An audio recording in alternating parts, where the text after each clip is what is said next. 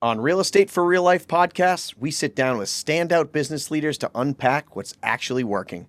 How they scale, lead teams, win clients, and build businesses that last. We're your hosts. I'm Courtney Gauchman. And I'm Ryan Wilson. Thanks for tuning in. Welcome. We are here with Johnny Ibrahim, Head of Business Development for the Shant Banosian team at Guaranteed Rate. Thanks for joining us, my man. Thanks for having me. I'm pumped to be here. Yes. We're excited to have you on. You are a character. You have so much amazing energy, and you are just absolutely incredible at what you do, right? Thank you. Your role is, I think, one of the most dynamic and interesting roles a company can hire for, and that's why we wanted to have you on, because there's a lot of entrepreneurs that want to build their business and talk about growth and talk about scaling. And one of the major things is knowing that fine line between when they need to relinquish control and stop trying to service and sell to everyone, and they hire someone like you. Yeah. Right? So we want to hear a little bit more about kind of what your role actually entails. Yeah. What your measurables are, so what you're held accountable to, and then how you actually stick to that. Yeah. It's like 10 questions in So, one. No, yeah, you just got tell this. me everything. Yeah. Yeah, so I've been on the team. Oh my God, it's been, I think 9 to 10 years. Ryan, you're probably one of the first realtors I met at your broker open for. In Bedford, Yes. Yeah. Sandwich. I brought the sandwiches. 64 Carlisle Road. Jeez. Look at you. Good memory. The sandwich man. We got Yeah, it. I mean, so I kind of started on the team as a sales assistant, right? And obviously those are the people that help the loan officers put files through, like they're really, really helpful on the team. But it came to a point where I got a lot of text messages from Shant saying pop in, where I'm like, all right, like he's like, you screwed up again on the numbers. I'm like, I have ADD, so I can't be held restricted into an office. And then I remember this. I was actually thinking about this on the car ride here. I'm like, the first event he sent me to by myself. I remember it was like midsummer, 80 degrees, probably a little bit hotter. Spirit of Boston. It was the area boat cruise. Hundreds of agents. I don't know anyone is. I was scared out of my mind because I'm like, what am I supposed to do? But then like I remember meeting a bunch of people. The next day, I go, Sean, here's some business cards of people, and him looking at me like, almost like not expecting to fail, but like more like intrigued, like how did you do this? And then it kind of worked. I worked with my previous boss, Nikki, and then little by little, I grew that out with her. And then once she kind of veered off, we had Nico. So I have a great team with me, Nico, Lexi, and Jeff. So they've been amazing. And I mean, more so is how we've grown together. They've been with me now for, oh my God, Nico's been at least 5 years. Lexi past year. Jeff was on and off the team, but back for the past year. And I'm trying to answer all the questions at once. But, the role kind of shifted, and now I'm the head of it. And it's been it's a lot of learning. I think I'm not perfect at it at all, but I've learned from Shant, who I think is one of the best at it. Mm-hmm. And I feel like people look at it, I look at it as a relationship business. It's not sales, it's relationships. Because at the end of the day, it doesn't matter who you are or where you are. Like, people want to work with who they actually like, trust, feel comfortable with. You're going to talk about personal life. You're going to have to be vulnerable. And I've done that with a lot of the different agents we work with. Even you guys, like, we have a personal relationship outside of, I guess, business. Like, that's what it is. It's personal. So, and then to keep accountability, obviously, like, I have leadership EOS each week with Shant, Lisa, Liam, and Allie. And for people who don't know EOS, Entrepreneurial Operating System. I always get the acronym wrong. Yeah. So we do gotcha. that every week on Wednesdays. And then I have a different one with my biz dev crew on Monday mornings. And it's not perfect, but I feel like we're getting better at it, and you have structure to it. And what's cool is now that each of them have grown, like they're all doing their own things, meeting their own agents, their own relationships. And it was awesome. Like yesterday we were in 4 different places at once, and you're seeing a ton of people. Mm-hmm. And at the same time, like, Shant was doing his thing. So I think that you could see it from a growth standpoint. It's like allows you to expand, grow, and really scale the business. And so that's really what Shant's done over the past, since inception of being a loan officer, is really, he's seen the value in it because he knows, like, that's how he started his business. I remember him telling me, he's like, dude, 7 days a week, I was out and about just grinding. Mm-hmm. And I think that it shows, he's obviously built a massive following. And now we're at a point where it's like, all right, we're doing a substantial amount of volume, which is great.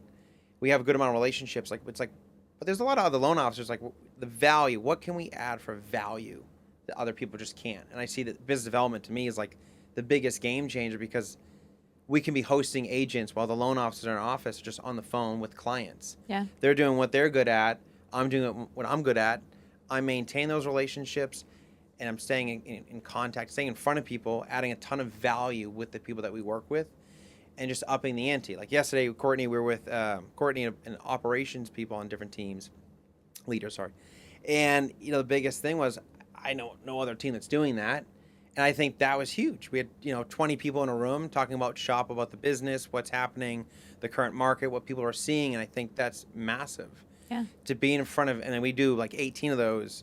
We have classes, we have all these different things, tools. Like, what can we do to offer value for the people that we work with?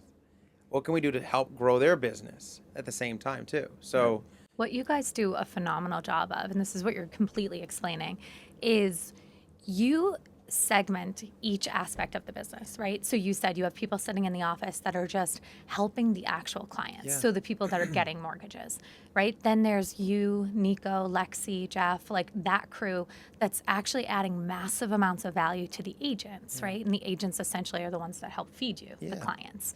And then you have the other aspect too, which is kind of Shant, right? So he's now doing his thing in terms of running the business and overseeing the day-to-day operations and the growth trajectory, that kind of thing. And I think that what's so amazing about the way that that structure is you allow everyone to tap into their talent, and then you stay in your lane, right? So you are fully responsible for building new relationships with agents and then keeping and maintaining those relationships. You talked a little bit about in the beginning, you went to that boat cruise or that boat party, right? And you get all these business cards. You are probably the best person I've ever seen in terms of follow-up and maintaining the relationships. What are some of the things you do to structure your touch points? I'm assuming a CRM is in place, but like, tell me more about that and how you stay so diligent on it. CRM, I think, is the most important thing to have in a business.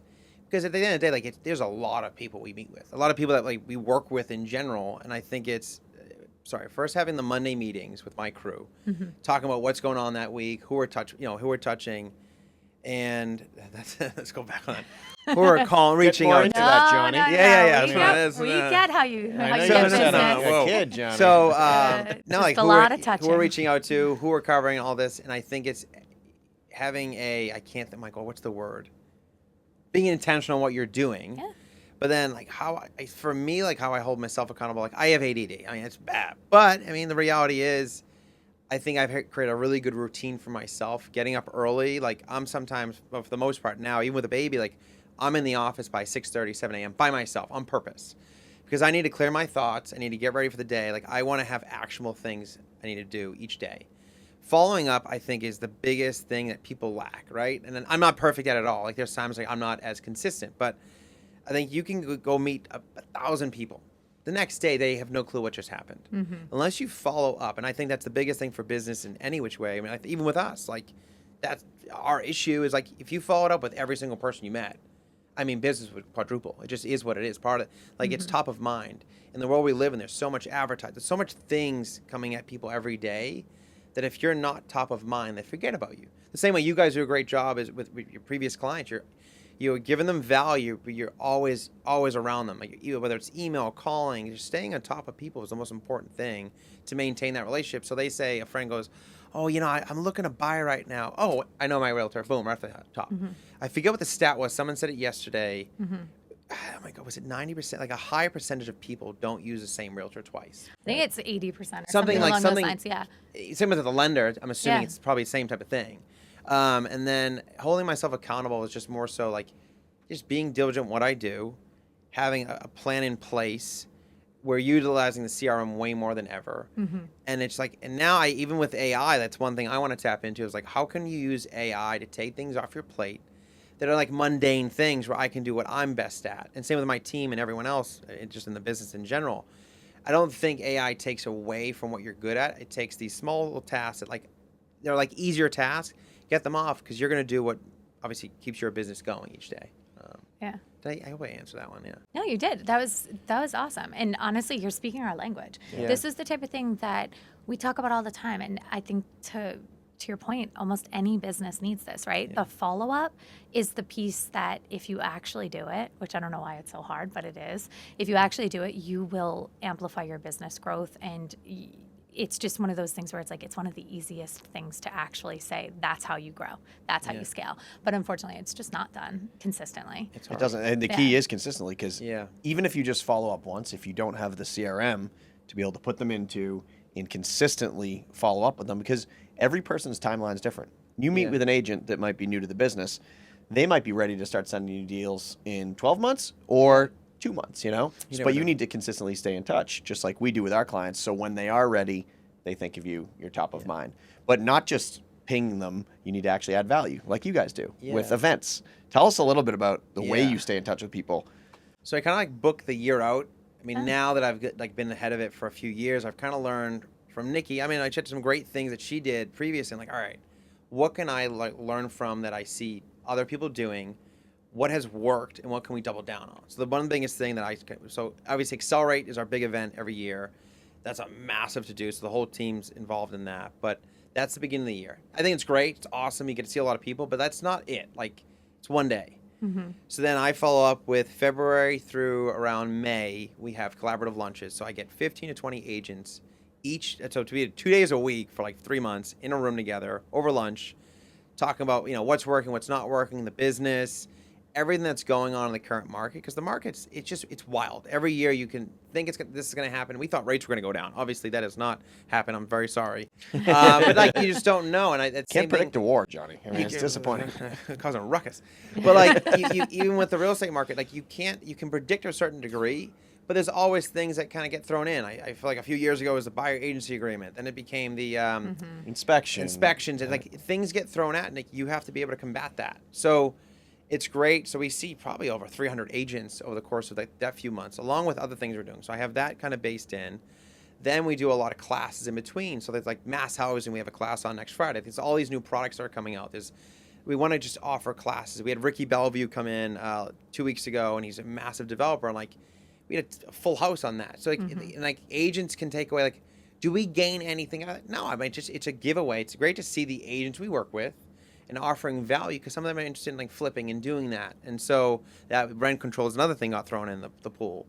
So the classes, then we do, trying to think. John, as you think of things like Shant, Lamakia, who are good friends and run these massive businesses, they've always said, and this stuck with me years ago when I used to listen to them say it, education attracts. Yeah. And you guys are educating your clients, which is agents, as well as obviously the people that are you're giving loans to, but you're educating them on the process, on the products, on what their options are, because again, it's not selling. No. It's educating them on what the situation is, and then when the time comes for them to need a loan or pass a buyer to you guys, they're going to think of you because you guys were actually adding value. 100%. So, and I think now more than ever, you have to offer more and more value with everything you do, because at the end of the day, people are stepping up in every capacity in the business on both ends of it. And we just all right, what else can we do? What else? Just coming up with more ideas, more things. And how do we stay on top of, oh my God, stay on top of people, staying top of mind. These acronyms are getting involved.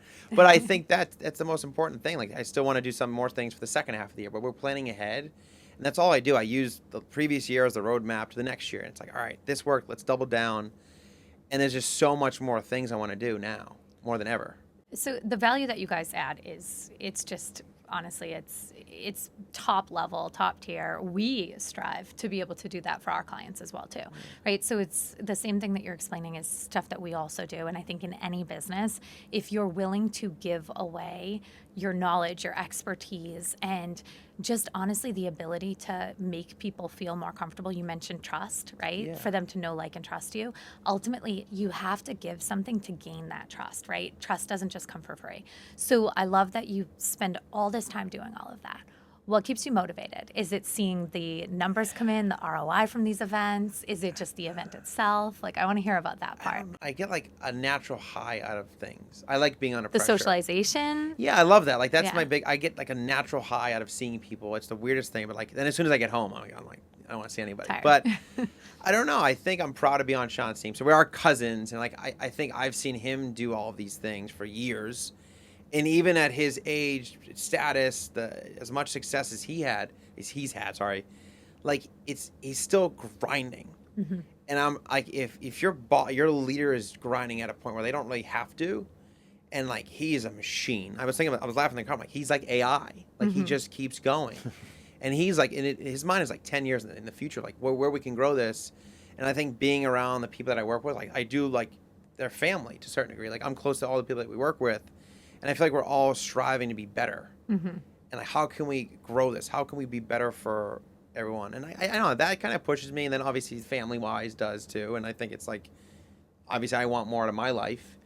And I don't know. I just love what I do, truly. Like, and I think I'm like, what would I do otherwise? I don't know. I think this job frame is so different than what I thought I was ever going to be doing. But like, it was a natural fit. It worked out perfectly, and the timing of it worked out perfectly. I remember reaching out at Shant, like inboxing him, and I'd see Shant like every few years at like a family gathering. Didn't barely know him.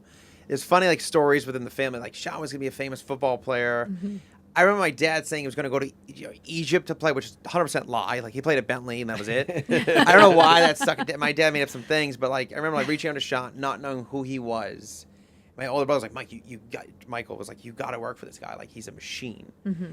And then it kind of all struck in, and then in seeing the people around him in awe sometimes, like of what he's done, like his name is carried, like he's a man of his word. Like his name on a pre-approval was massive.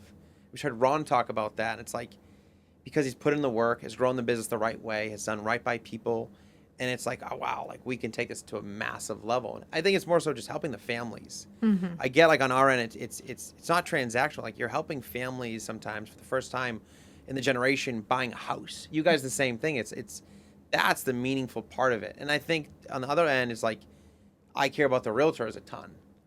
Like personal relationships with something happens in their life, like helping them in any which way we can. And I think that's an important part of me. I know, like in Shant's end, it's the clients. Like, look how many families we can help out. It doesn't shock me that the main crux of what you're saying, as far as what motivates you, is actually caring about people. Yeah, which doesn't surprise me, just knowing you, because anyone that's around you, you give off amazing energy.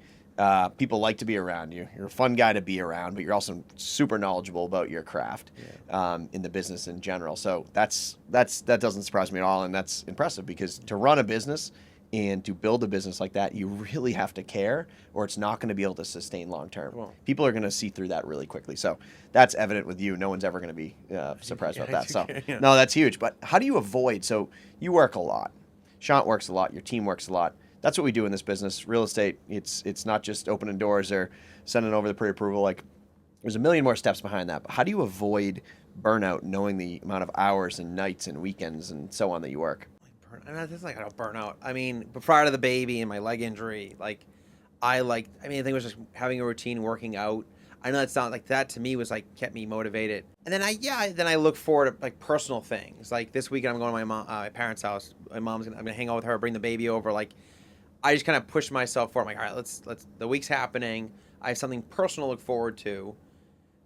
That's kind of. I know it sounds like a dumb answer, but it's like that motivates me. But I like next week we have a few events. Like I'm actually pumped to go. Yeah.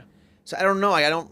There is burnout. Like if I need to take sleep in or something, it is what I'll do it. But I don't really. But I guess if you love what you do, it doesn't feel like work. That's what I was going to say. I think that you're in the perfect role for your personality, and I think Shant's really lucky to have hired such a good cousin. Yeah, but honestly, it's not that you're a cousin. Like, he hired a person who is really well fit and well suited for this role, and ultimately, that's what I think is the most impressive piece of the head of business development role, and then the people that are under you, right, that are in the business development world. You have to have the right personality for this, because to your point, right, you're creatively thinking of how to add value at all times. So you're educating all of the agents.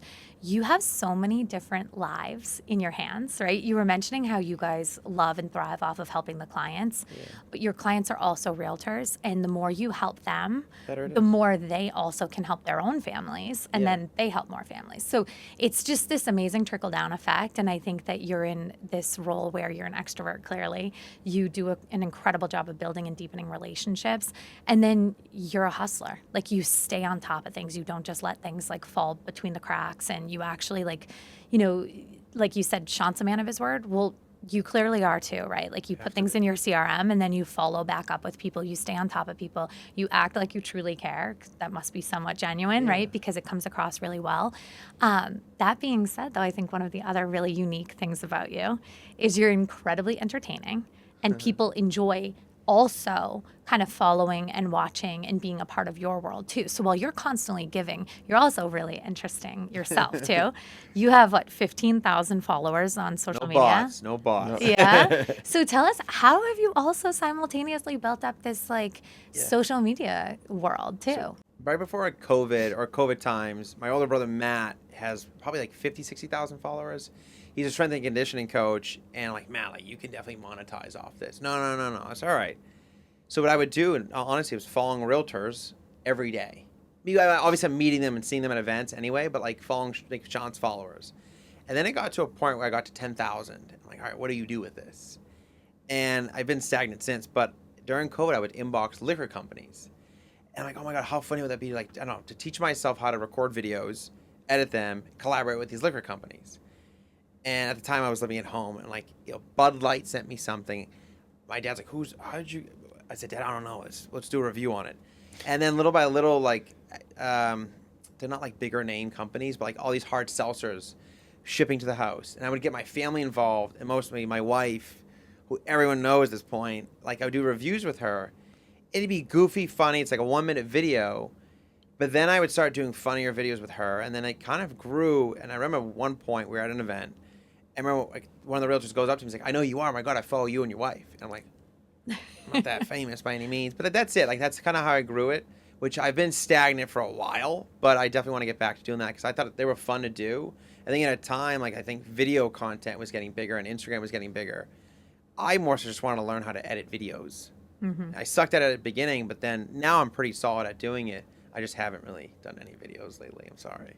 But he does the baby. I mean, now with the baby, I put some stuff with Well, him, now you got to get the baby involved. Your fans want it. Yeah. I know. People ask about it. I know. I need to start doing more. I wanted to do other videos with Shant at one point, doing Watertown reviews of different restaurants. Yes. Have him doing some Armenian. You need any guest judges? I would love to do that. So, I mean, that was one of my ideas, but definitely want to get back on the content. But yeah, all I did was follow people every day. I wasn't doing anything hard.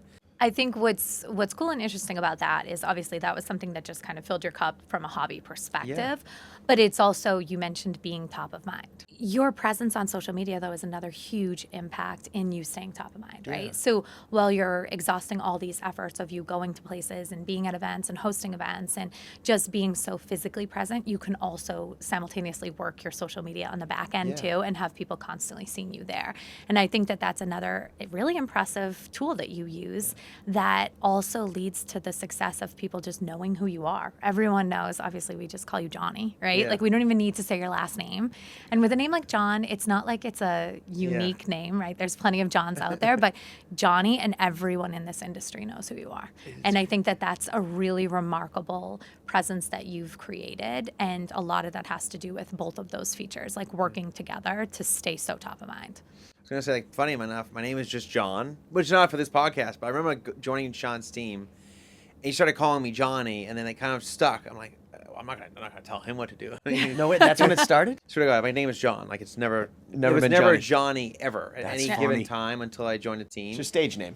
And he started calling me, and then I said, well, it's kind of easy because no one knows how to say my last name. I said, I'll just stick with that. And then back on the social piece, I think that's the biggest thing when I've talked to a ton of agents. Some are against social media. Mm-hmm. Others, you guys crush on social. It is the most undervalued thing. People, some people that don't use it, it's free advertisement. It shows people about you. No, people, I'm not in a bad way. The sold signs, all that type of stuff is great. But people want to know, hey, I'm working with Ryan. Ryan's a father. He has 3 kids. He's this. Courtney has twins. They have 2 little kids. They want to know the personal side of the business. that's what some people, they don't understand. That is the business. Interacting, posting stories. I comment and inbox a ton of people every day on purpose. Yeah. Because then it's top of mind. Then they look at my page and it's just it keeps going, hey, how you been? What? And then it just picks up conversations. And I think for you guys too, I'm assuming the same thing's happened to me, but people that I've gone to high school with, it's Raymond Pedrick, he's a financial advisor. I went to high school with him. I haven't seen him in years. He just sent a client our way just on social media. We connected and boom. You've definitely had previous friends, family and such on social media. So that's why I think it's you need to use it. It's so important this day and age. It's how people stay top of mind and just remember what you do. So I think a lot of people that do say, I don't want to use it, and they have a kind of this negative connotation with it. I think that realistically speaking, they're feeling like it's an overshare or like they have to do something that's so out of their comfort zone. But I do strongly feel like it's one of those things, you are not sharing depth. You're sharing events, activities, hobbies, right? To me, it's like, you don't know who I am as a person from social media, but you know things about me. You know my interests. And I think that people are taking it so deep when they want to refuse to use it. It's like, that's not you giving yourself away on the internet. It's you just sharing hobbies and being like-minded with other people. And then it becomes a platform where you really can actually connect with people about the things you like, right? There's nothing bad about that. And I think that if you take it for what it is, which it is face value, it is a more superficial tool, right? Like, we're not getting into like deep conversations, hopefully. Like, don't use it for that when you're in business, right? But it's like, you don't have to get into all politics. these problematic like conversations. Just use it for the basic needs, which is show the things you like, keep it positive, keep it a space that is going to actually get you connection to other people. And I think that from there, it's a really amazing tool to say, oh, cool, I get to see your son Leo all the time, right? He's already 3 months old. It's going to be really amazing to get to see his growth, right? Like, at that age, they grow so fast, and it's going to be really fun when he starts babbling and talking and you start actually posting more videos, Johnny, because we all want that, right? I will. It's one of those things that it's really fun, and then it makes us feel more connected to you, because it's like, oh, you're a dad now. Well, I've been a mom for 6 years. Like, there's so many more things now that we can talk about, and that's going to get you another whole demographic of people that are going to be able to relate to you now, right? And I think that that's something that the more we utilize that for what it really is, and like less like avoiding it, I think that you're going to find business is just so much easier, right? Like, because you're not avoiding something that's just such a convenient tool for connection. Quick question, switching gears a little bit. How do you keep your team? So now that you're a leader, you've been a leader for, head of business development for a couple of years now. How do you keep your team motivated? I know I think it's hard, right? Like, I think we thought like the business would be a little bit different this year. I think it's like having personal relationships with all of them. That's every time I say something, it sounds worse. But like, no, I think it's like having one-on-ones with them, keep them pumped up. Like, I also like treat them, they're a peer of mine. Like, they work with me, I know that they work for me, but they work with me. And like being fun with things, I'm not like overworking all of them. Like, I'm not like a soldier on them. I think it's like they work their asses off. They do an amazing job. And I think they know what like the outcome is too, and they feel the same way about it. Is every day perfect? No, we're not. Like, it's like I remember like Nico and Jeff went to like the Haymakers for Hope last week, and like, are they exhausted the next day? Yeah, 100%. But it's like they had a fun time at the event. They went with 2 realtors, and I think you were there. I was there, yeah. And it's a great event. It's like for a good cause, and it's like, I think they all have a work-life balance. Not like we all divide and conquer with things. I think we all believe in the same goals ahead, and if they didn't believe in that, they wouldn't be here. And that's an honest answer. Like, everyone wants to be on the team. They're pumped where they work. It's a fun environment. It's a young environment. We've got a lot of young people on the team. I think that's where you can all help each other out. I think that's how I feel, and they've been awesome. That's awesome. So this year, which is not what any of us predicted from the mortgage side, from the number of sales side, so it's challenging in our industry right now. There's no two ways about it. How do you, in those times which are difficult, how do you keep them upbeat? How do you keep the morale high? Well, you got Shant. I mean, to be honest, like, Shant comes in. He's like, hey, guys, when I was on the flight the other day, I was thinking about X, Y, and Z. And I think I keep them pumped up, but they're also self-motivating, too. And then Shant, I can't, I give him all the credit because he's an animal. Yeah. Because he's always forward-thinking. Like, even me and Liam as a sales manager, I was talking to him last night till we were talking on the phone for an hour. I was in the driveway, like, literally for an hour. And then we were texting all night for different ideas. I think it's like we all kind of feel the same way. Like, maybe sometimes as a team, like sometimes you butt heads. But I think when you look back for a second, like, we have the same goals. Like, I think you all see the vision, and Shant creates that vision. Like, guys, I'll take you to the promised land. I mean, I'm being sarcastic on that, but like, he's done something no other loan officer in the world has done. Mm-hmm. Right. First of all, he didn't even speak English until he like his story is insane. And now he's a president of a company. It's like, I believe whatever he drinks, I need a drink. It's a Watertown water. Right. Yeah. And it's, I think that's, if your leader is just, he's working like, the way he's doing things at his pace, at this level, it has that like triple effect with everyone else, because you're believing in this thing. And same thing with you guys, with your team. Like, everyone believes in what you're doing because you just keep growing. It's like, how can we keep being better and strive to be better? And I think that's a massive piece of it. I love that. So obviously you mentioned it, it's a trickle down effect. It starts at the top, right? Like, so he's creating this vision, casting the vision. Then it seems like there's a lot of autonomy too for you and your team to now, like you said, divide and conquer and just kind of start getting creative and execute on these things. For an entrepreneur who's listening, who has not hired someone in business development yet, right? Yeah.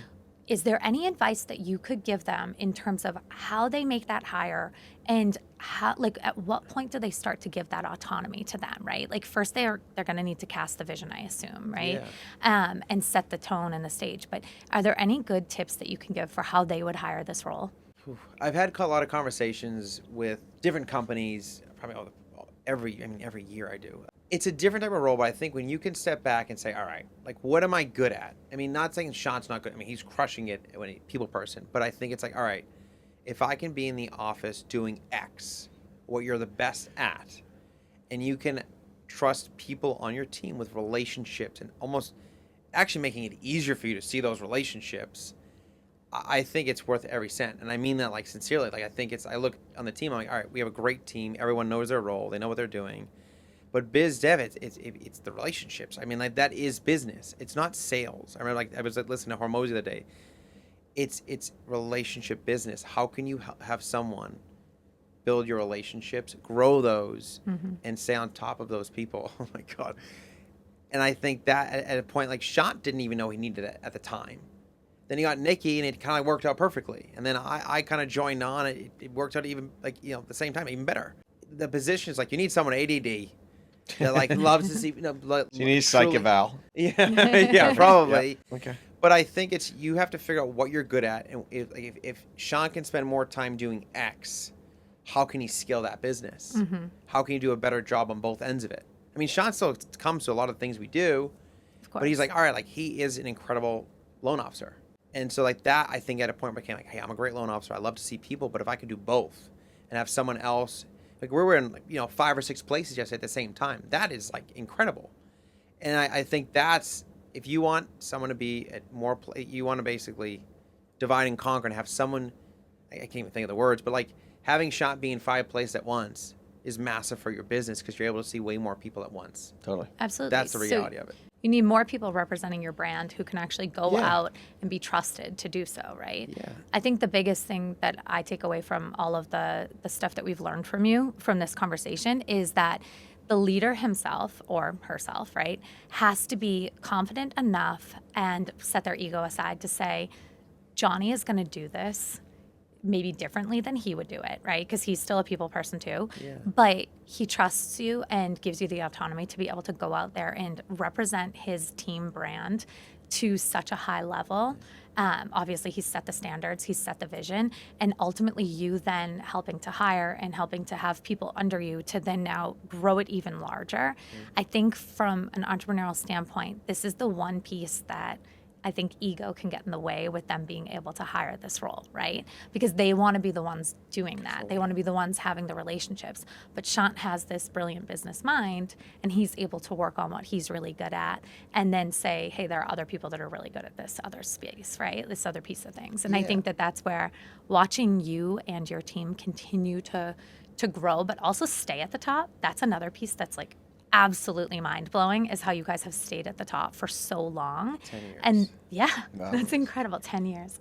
And that's just all due to the fact that, like, you guys have structured the team so well by saying everyone has a lane and everyone stays in their lane, and then they just absolutely crush that.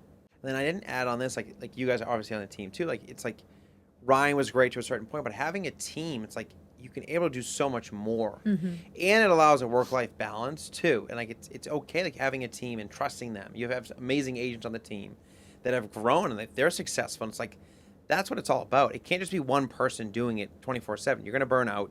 You're not going to be as good as you think you are. Ego's going to get involved.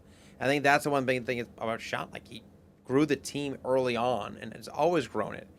And it's like, you have to have that in order to grow your business. You have to hire the right people and trust them that they're going to make mistakes. I mean, I've made 1,000 mistakes, but I've also grown, learned from those. I've gotten better at it.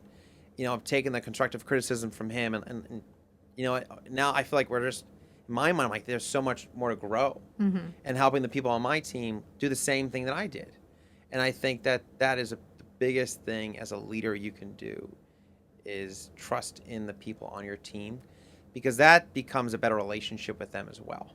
Yeah, it is. I mean, to scale, just in general for any company, you need to put the people in the right seat on the bus to not only what they're good at, but what they're passionate about. Yeah. You're very good at business development, but you're also very passionate about it, and you're wanting to keep that Shant Banosian name to the highest level, which obviously you've done for 10 plus years now, which is very, very impressive. So this has been an unbelievable talk. Is there one thing that you think the listeners should absolutely know about Johnny, about the business, that we should wrap up with? I want to wrap up with the injury, because a lot of people. How did we not bring this up? A lot of people asked about it. I'll make a nice long story short. This is good. So it's the end of the day at Accelerate. Everyone has left, and my wife's texting me like, "Hey, when are you coming home?" And I was like, "Oh, we're gonna go home. I'll be fine." At the time, she's 9 months pregnant. Just mind you on that one. And so Shant goes like, "Hey, we're gonna take a big picture on the turf."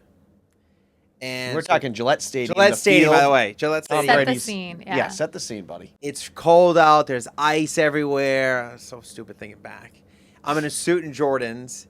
And I remember Lexi recording. Lexi's on business development. She's recording me about go on the field. And I wasn't really thinking anything of it. I'm just happy, excited. It's the end of the day. We had 1,200 people at the event, probably more. And literally, Marcid on our team almost dunks on the goalpost. And I can do that. That's not hard.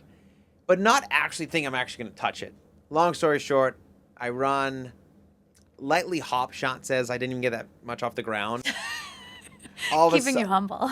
All my body weight hits back. I slip, and my leg, I don't know it at the time, but snaps. My knee snaps. I'm like, oh. So I go down. God. Everything's numb. And I remember everyone looking at me like, John, stop messing around. And I'm like, I can't feel my leg. And I'm scared out of my mind. Because you got to think, I'm my wife's 9 months pregnant. I'm going to be a father soon. She can't really move at the time, and I'm like, oh my God. So Shant comes over to me, he's like, dude, stop messing around. Shant, I can't feel my leg. And then another loan officer comes on. His name's James. He's like, hey, dude, I think you just, I don't know, dude. I think you just got to pop it back into place.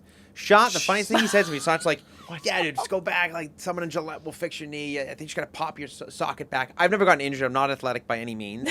And fast story short, the firefighters come in, they take me on a stretcher, and at that time I'm laughing because I'm like, all right, Shant said everything's gonna be okay, everything's gonna be fine, he's gonna pop it back into place.